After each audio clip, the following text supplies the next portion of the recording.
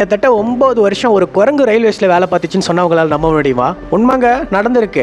Welcome to day 16 of 30 interesting ஸ்டோரிஸோட part 2. 1880 south ஆப்பிரிக்கால James அப்படின்னு சொல்ற இந்த மனுஷன் ரயில்வேஸ்ல வேலை செஞ்சுட்டு இருக்காரு. இவர் என்ன பண்ணுவார்னா, ரன்னிங்ல இருக்கும் போதே ஒரு ட்ரெயின்ல இருந்து இன்னொரு ட்ரெயினுக்கு எகிரி குதிப்பாரு.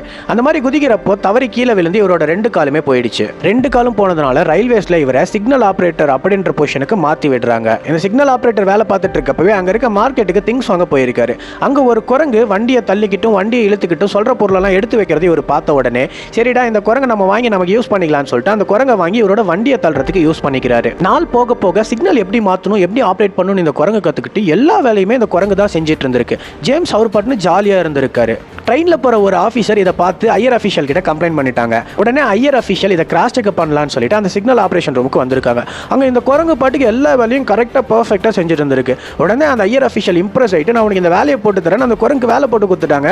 கிட்டத்தட்ட 9 வருஷம் சிக்னல் ஆப்ரேட்டரா அந்த குரங்கு வேலை செஞ்சிருக்கு. இதுக்காக அதுக்கு சாப்பாடும் சம்பளமும் கொடுத்துருக்காங்க. 9 வருஷம் அது வேலை செஞ்சப்போ அந்த 9 வருஷமும் அந்த இடத்துல ஒரு தப்பு கூட அது பண்ணதில்லையாமா. கடைசியா 1890 டியூபர் கொலாசிஸ் அப்படின்ற ஒரு ப்ராப்ளம்னால இந்த குரங்கு இறந்து போயிடுச்சு. அது இறந்தாலும் அதை ஹானர் பண்ற விதமா சவுத் ஆப்பிரிக்கா கவர்மெண்ட் அதோட மண்டபத்தை அந்த நாட்டோட மியூசியம்ல இப்போ வரைக்கும் வச்சிருக்காங்க. இந்த இன்ட்ரெஸ்டிங் ஃபேக்ட் உங்களுக்கு பிடிச்சிருந்தா இந்த வீடியோக்கு லைக் போட்டு இந்த மாதிரி வீடியோஸ் வேணும் நம்மளை ஃபாலோ பண்ணிக்கோங்க. தேங்க்யூ.